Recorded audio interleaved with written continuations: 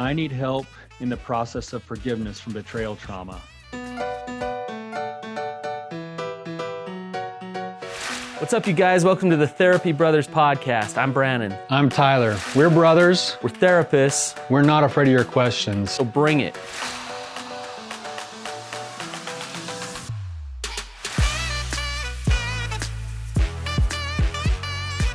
All right, you guys, that is an awesome question. I'm excited to be here with you today. I'm Tyler, your wandering therapist. I'm alone today without Brandon. Brandon got tied up with a bunch of other things today, and he's left me in a lurch. I'm kind of shooting as the backup guy. We know Brandon is the expert, and Brandon is also, I call him the celebrity because he seems to be pretty well known by people in the world that we live in. So you guys are left with the second hand today, but I'm hoping to be helpful. We've got some really good questions today. I'm going to try to lump a few questions together so that we've had so many questions coming in, and we're having a hard time getting to everybody's questions. So I'll be covering several questions today on betrayal trauma. It's something that Brandon and I both specialize in, and it's something that's right in the wheelhouse of what a lot of our questions are. So I'm putting a bunch of questions together. We'll probably get to 2 or 3 questions, but they'll actually be covering several that have come in. So hopefully this will be helpful for you guys today. We really appreciate your questions. We also really appreciate your feedback. We've been getting a lot of feedback. Your ratings and reviews have been really helpful to us. The things that have been sent to us in private have also been really helpful. We're trying to make as good of a product for you as possible because we want to make a difference in helping you with whatever your issues are, hoping that we have something that might offer some help and some guidance with that. So before we get started with our questions today, I'm just going to read our review for the day. This one comes from Smiles in Wyoming, and it just says, "Thank you. Tyler and Brandon are awesome. I can't say enough about how much they've helped us with their straightforward and honest approach to things. They keep it real and provide awesome tools for moving forward in a healthy, happier way. I really appreciate the latest episode on how church leaders can help the betrayed. I know this is an area that really needs to be addressed. Thank you guys for all you do." Well, thank you, Smiles. Appreciate you listening, and also appreciate your feedback there, and appreciate your willingness to put yourself out there and share that way. So, all right, you guys, let's jump into some questions today. These are all going to be questions that are somewhat related to betrayal trauma. It looks like most of the questions here have been written by spouses, mostly wives who have experienced betrayal trauma. And so we'll just jump into the first one. It says, "Help for the betrayed. How do I forgive the spouse who is working to change after disclosure? How to help the relationship heal as well as your hurt heart? How to know if the spouse has told all the truth? Would love your and Tyler's help to overcome this burden." Thank you for your question and concern. This process is so hard. It sounds like you've been in this for quite a while, and you're really working on trying to work towards reconciliation in your marriage and have it work out. And the first thing that I would just say is that if you're doing the right things, and if both of you are doing your own individual work, that there is definitely hope for you to not only rebuild whatever marriage was there, but actually have something completely new and something that might even be better than something you've never had before in your marriage. But it does take time, and it's a really, really hard process. And one of the ways that I like to look at things with my betrayed partners when we're doing therapy, like in group or whatever it is we spend a lot of time linking the process of forgiveness to the process of grief. And it sometimes provides a framework that allows you to look at things through a different light. Oftentimes, a betrayed partner is stuck in this weird no man's land where on one hand, you're feeling all of these things that you feel, betrayed, you don't have trust, you don't know if you're safe emotionally within the relationship, you don't know what else you don't know. And so everything is a little bit stable and unshaky. And then, of course, there's all the feelings that come with the betrayal. In addition to that, things like sadness and despair and anger. A lot of times, a lot of betrayed partners spend a ton of time in the realm of the bargaining part of the grieving process, which is them trying to figure out how to wrap their head around how they could possibly stay when they've experienced all of these things and what would need to happen in order for them to stay. And it's just a really confusing, hard time. And so understanding the process and allowing yourself some patience and some room. And for any of those spouses who have done the betraying, if you hear this, it's really important that you hear this, is that the more, we call it, ridiculously patient you can be, the better off you've got a chance at helping your partner to do some healing. Because the grieving process is not a linear process. A lot of you are probably familiar with the 5 stages of grief. You've got your denial, which is that step that's like, no, this isn't actually happening. I'm going to turn a blind eye. I'm going to pretend it's not there. I'm going to try to avoid it. I don't want to see it. And then the next step is anger. And anger is this natural tendency that we all have, that when something has happened to us that isn't fair, especially when something has happened to us where we have either had something taken from us, which in betrayal, there's all sorts of things that get taken from us. We lose that feeling of emotional safety and security. We start to struggle with and lose other things sometimes, like our core beliefs, and sometimes it has threads into all other parts of life, the way we look at ourselves, our self-image, the way we have a relationship with God. It has a tendency to go into all those things. And so anger is often this natural response that comes, that when something has been taken from me unjustly, anger is the natural feeling. Or it's also a feeling that comes up when we feel like we need to defend something. So when our values get threatened, we tend to have anger come up because it's a protective thing that happens. And a lot of partners that we work with, they get stuck in a couple of the places. So you've got your denial, your anger, your depression, your bargaining, and then finally acceptance. And we say those as if it's a linear process, and yet all it is it's 5 different places where we sort of end up, and we jump around back and forth over and over again, and we almost can recycle those same kind of stages multiple times before we finally start to settle in more and more in the acceptance place. And acceptance, this is a hard one for people to understand sometimes too, is that acceptance isn't accepting that this is just the way that it's going to be, and I'm just going to roll over and I'm going to take this the rest of my life. That's not acceptance. Acceptance is coming to a place of understanding the reality of my situation, understanding that things are what they are, that my partner has done these things, and that my partner is doing whatever they're doing now, and I'm going to have to make some choices about what I can and can't do in order to keep my values intact, but accepting those things. And it's similar. You see this happen, especially with death, because we all have to go through it with death, where we go through these cycles and these stages, and we sort of rinse and repeat them over and over again. But the more that we do it, oftentimes the loops get bigger and longer, and we spend more and more time in acceptance and less time in these other places. A couple of the common places that I see partners get stuck at, and there's good reason for it, is in anger.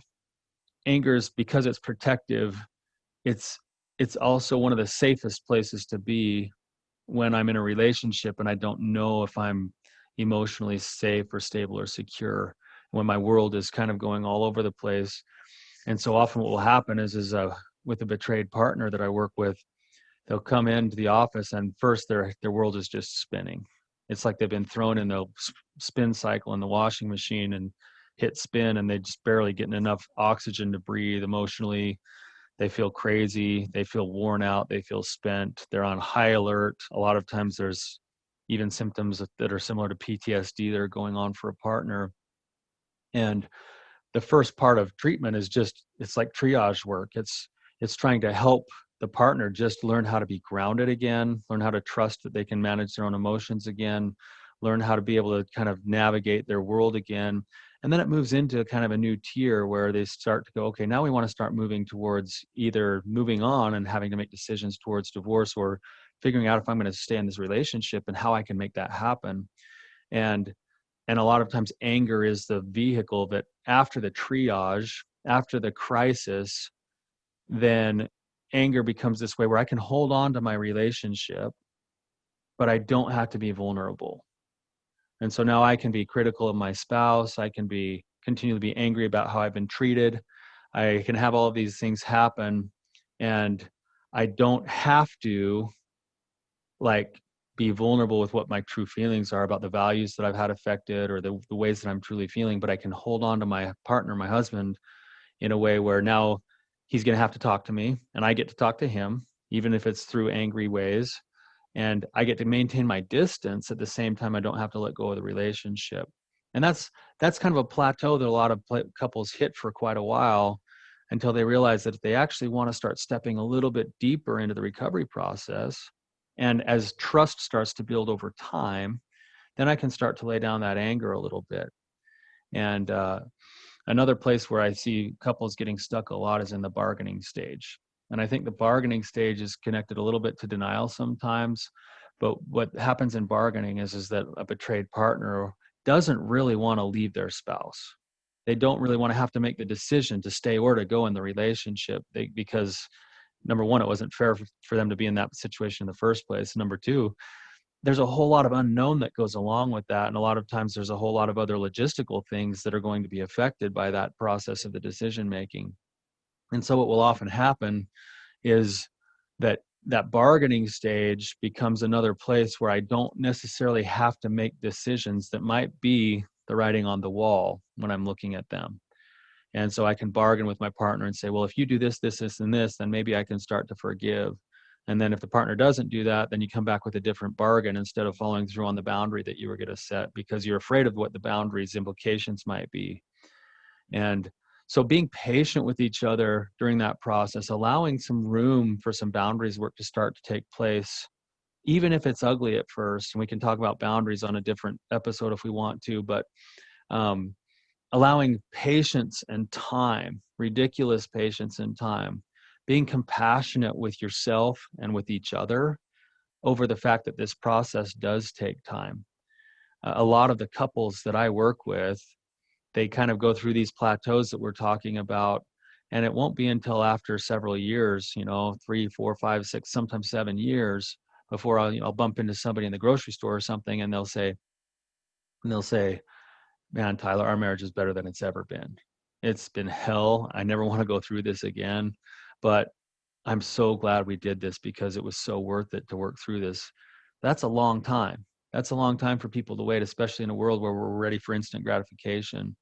And one of the things that causes more stress and pressure is the pressure to get over it quickly and understanding that, yeah, we don't want to stay stuck. Like everyone wants to get out of that victim place. Everyone wants to get out of that miserable place.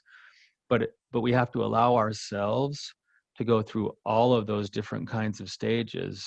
And if we dismiss one or two of those, sometimes we get stuck there because there's this unprocessed emotion that we haven't really had a chance to kind of figure out and to speak and to work through and to let it go. And one more thing just to say, to partners, the ones who have actually done the betraying, whether it's infidelity or pornography or whatever it is, that the best thing that you can do to help your betrayed partner with forgiveness isn't to go to them and say, hey, I'm doing so good. Look at me. Tell me how good I'm doing. And can't you see how good I'm doing? And you need to forgive me. Don't do that. The best thing that you can do is you can look yourself in the mirror every day, get busy doing your own recovery work because you need to be that kind of a husband or father, and do that day in and day out. Start to show up the way that you want to as a man in your relationship with your wife, and let your wife start to see those things as a byproduct. There'll be little drops of trust that start coming into the bucket as you become more and more consistent in your pursuit of becoming your best self. And consistent effort and action over time is what restores trust. And as trust becomes restored, it's easier to start letting the guards down. It's easier to start being more vulnerable again. And it's in the vulnerability with each other, as we establish trust over time, that we actually find the deepest levels of connection. So hopefully some of these thoughts are helpful for you. Allow yourself to be in those stages and to acknowledge that that's all part of the process, and look for a place where you might have an outlet to speak some of those feelings as you go through them. And I'm suggesting you may have another outlet besides your partner, because you want to take those things to your partner Sometimes they'll be able to hold it and other times they won't. And you're still gonna need a place to find that support and speak that and have a spot where your story can be held and heard. So really, really good question. Thank you for sharing. Let's move on to another question here today. You guys, this is, how do I tell if I'm too independent, distant, or avoidant in my marriage? How can I tell if my spouse is too codependent, needy, or anxiously attached? I feel really comfortable with where our relationship is at, but my husband feels our relationship leaves much to be desired. How does one start a conversation with their spouse about them being too needy or too cold and distant? What can we do to have a more balanced and healthy attachment? And what does that look like in the marriage relationship? So a really, really good question. This looks like the person asking the question here might be relating to, if we talk, we talk a lot about attachment theory and different styles of attachment. And there's a few different styles of attachment. And one of them is obviously the anxious style of attachment, which is the needy one that you're talking about. And the avoidant style of attachment would be the one that's more disconnected and maybe avoiding, the connection in the relationship. And you're saying, how do I tell where the healthy line is in all of this? That's a really, really good question. I'd say start to consider a couple of things with the principles of something called interdependence. And interdependence is the situation where I'm comfortable enough with myself to know who I am and to know that I'll be okay if I'm alone, and to then willingly choose to invest myself into a relationship with somebody where I sometimes maybe compromise on things or allow people to influence me for the sake of having that connection. And so when you look at your relationship, is your husband approaching you from a place of independence, interdependence, where he can come to you and offer you his strength and say, I really do want to connect with you. I love spending time with you. I'm going to be okay if you don't for a minute, but that's part of what I want in our marriage and our relationship. And I just love spending time with you. Or is he coming to you saying, like a 3-year-old that's just got dropped off at daycare that's afraid his mom's never coming back, where he's essentially emotionally like clinging to your knee and begging and pouting if you go somewhere alone or if you decide to do a girls' night or something? That's more indicative of the anxious attachment style sort of rearing its head, that isn't necessarily healthy, because then what you'll end up doing is that you get sucked into having to always be there to like meet the need or fill the void. And if you don't, then they're upset with you, or they don't, they're angry that you're not available, or they feel betrayed and abandoned. And what it becomes is this endless loop of a bottomless pit where you can never actually feel what they're looking for, because what they're looking for is actually a need that needs to start working from the inside out, of knowing that they're lovable as they are without having to have it. And then when you can give it, it just is an added bonus on top. And this is tricky, because the paradox is that we are wired for attachment and connection. Like, we desire to be with people. In fact, human beings don't really survive very well without human connection. And yet human connection is best formed when two people who know who they are choose to be in a relationship together.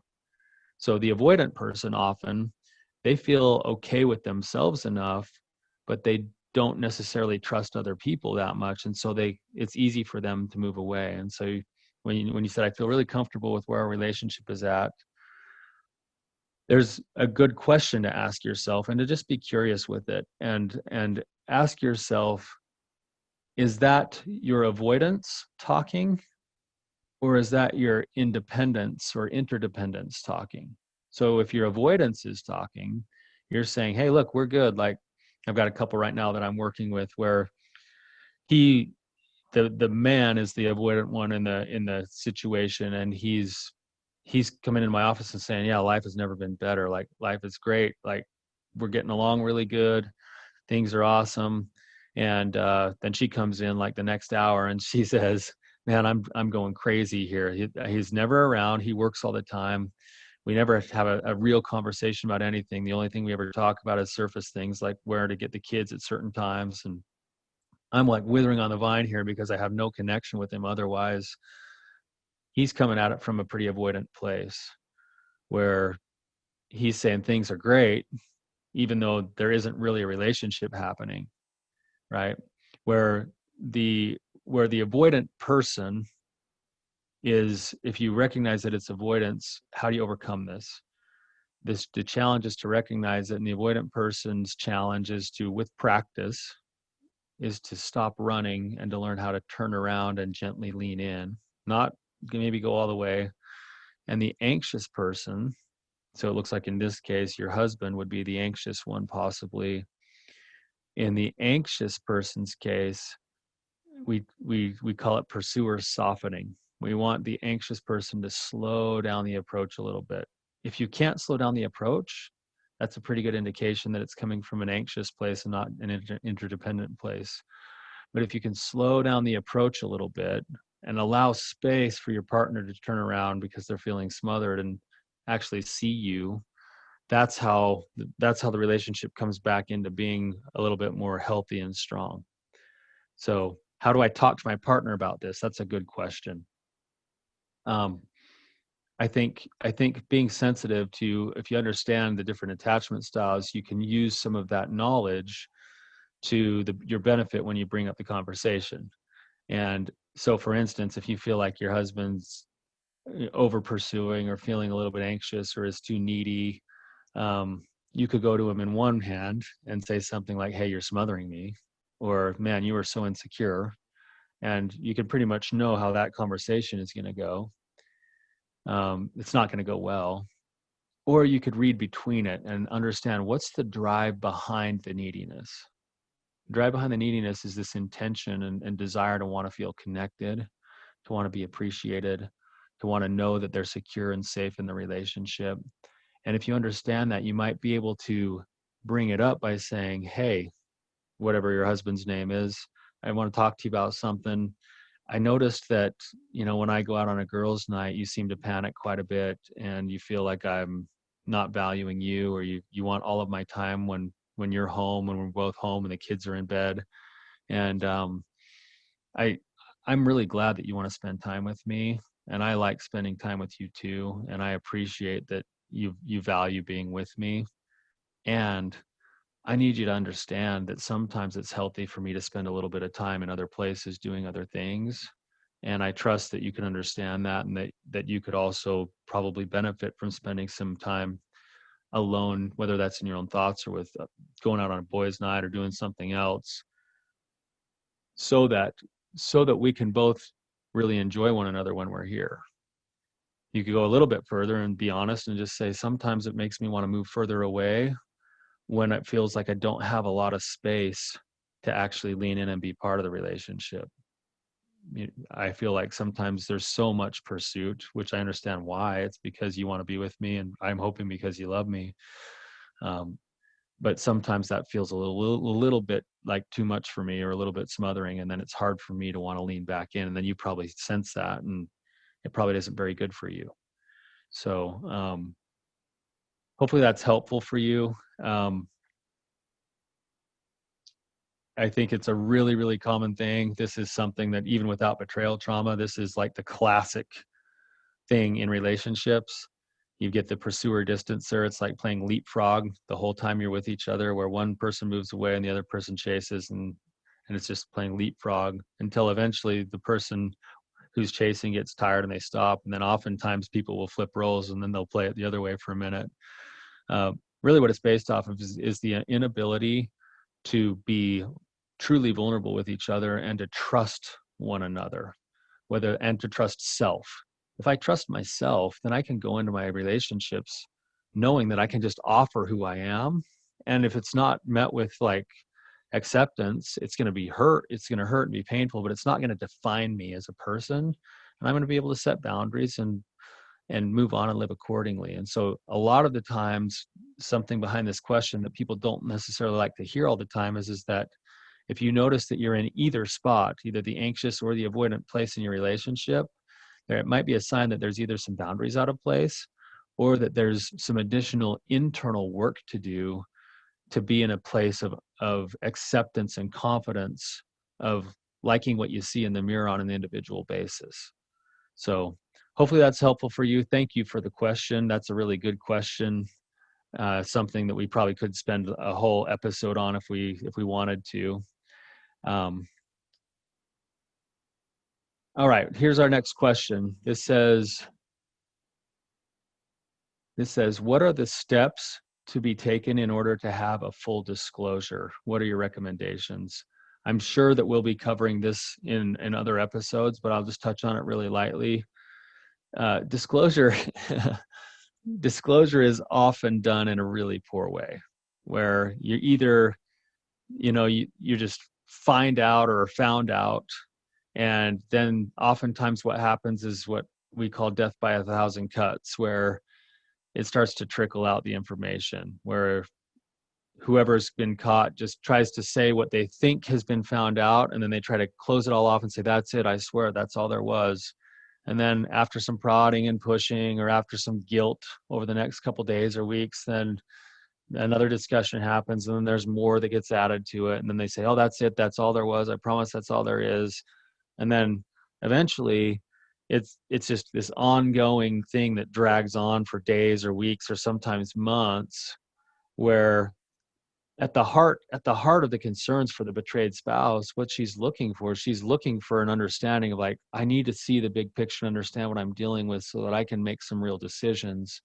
And at the heart of the partner who's done the betraying, oftentimes there's this absolute fear that if I were to let everything out, that would mean I would lose my partner, and I don't want to lose them.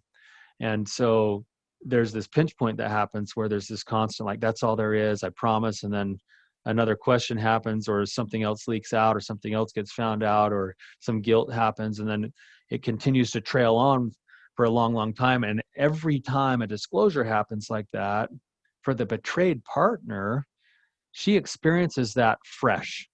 It's like it opens up everything again, and she has to relive everything over and over and over again. And so that's what we call it, a death by a thousand cuts. And it's really, really hard on the relationship, and it's hard on trust, because there's this confirmation over and over again, that's all there is, I promise, that's all there is. And then there's this breach of trust over and over again. And so it makes it harder to come back from in trying to heal the relationship if that's how it unfolds, which unfortunately is probably more of the standard than the healthy ways. And so when we look at a disclosure process, what we're looking for a few things, principally speaking. We're looking for the opportunity for a couple to come together and to practice a couple of principles. The first one is complete transparency and honesty. The truth is, about any relationship, that you will hit an absolute wall in your relationship if there's secrets in anything. And so if I continue to hold on to secrets, I might be able to patch things up for a while, but eventually, as the relationship continues to try to develop, there will be a wall that gets hit, because that feeling of hiding fuels disconnection. And so in a disclosure process, what we're looking for the ability for a couple to come together on both sides, hopefully in good faith, that they're trying to figure out what to do without any guarantees as to what's going to happen. You're not necessarily going into the disclosure process guaranteeing you're going to stay. You're going into the disclosure process with good faith that you're going to try to make the best decision you can as you gain the information that you need.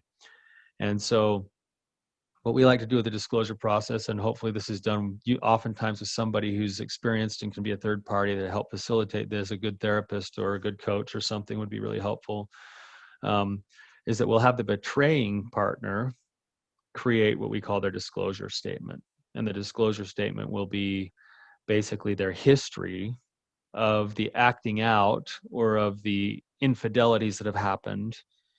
And the goal is for the betraying person is to, number one, be able to speak it and own it. And on a personal level, that becomes vitally important for healing and for progress. I can't tell you how many people come to me and they finally start to share things that they say, I knew that I was going to take what I just told you to my grave. And anything there, if there's that, I'm going to take it to my grave thing, if that doesn't get spoken, it's going to be that blocking point in the relationship. And so they get a chance to come and unburden themselves in terms of sharing the truth, which is what they should have been sharing all along with their partner, so their partner can make decisions. And so that disclosure statement gets produced. Oftentimes we'll have a partner create their own version of some type of a disclosure statement, which might be sharing some other things that maybe they've had happen in their own life, or decisions that they made, or ways that they maybe have affected the relationship.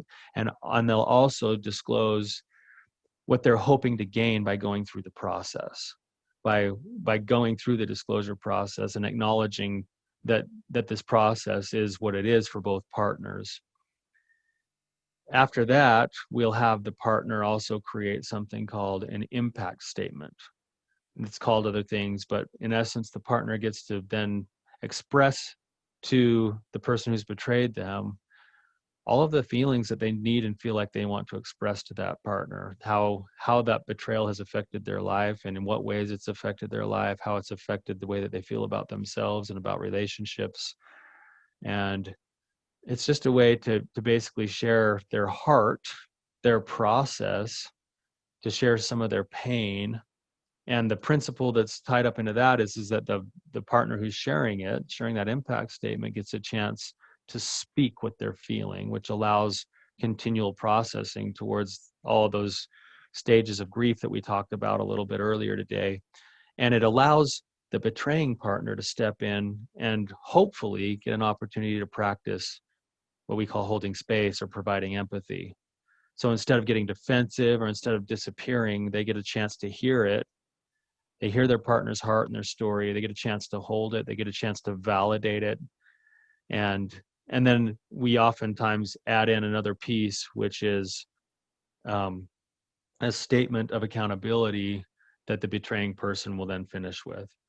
And that statement of accountability will be the acknowledgement of how their choices may have affected their partner, the acknowledgement of how those choices affected themselves and the relationship, and oftentimes some level of an explanation of hopes and desires and intentions for moving forward.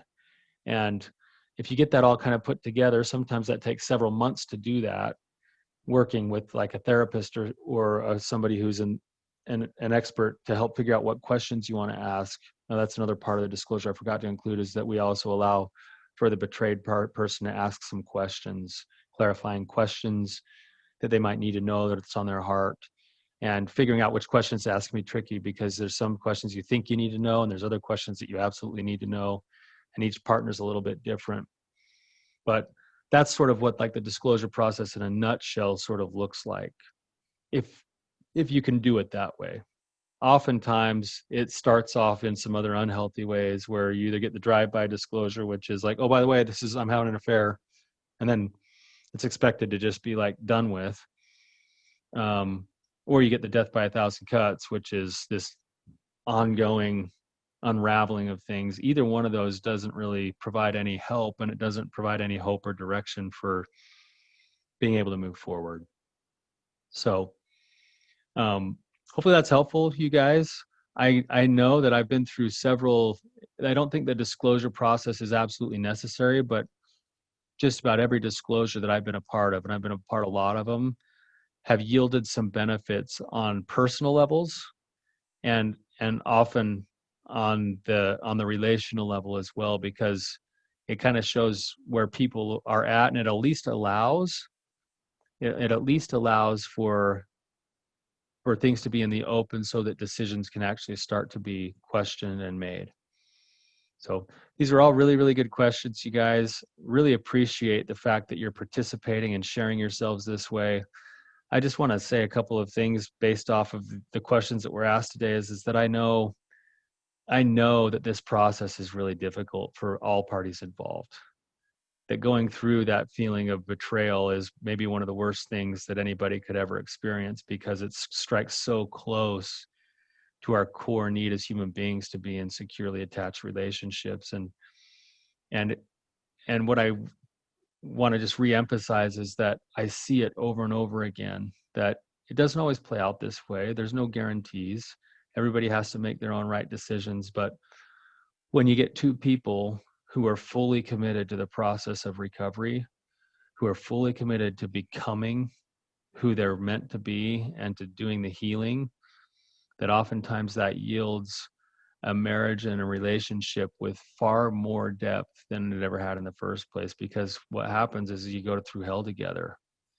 My dad used to say a quote that said, "A friend is a friend for a mile or two, but a brother is born for adversity." And I think that that's what relationships are, that when we find ourselves in a committed relationship, and if we have two partners willing to both put in their 100%, the adversities that we go through actually become some of the fertilizer that makes things flower and blossom and grow.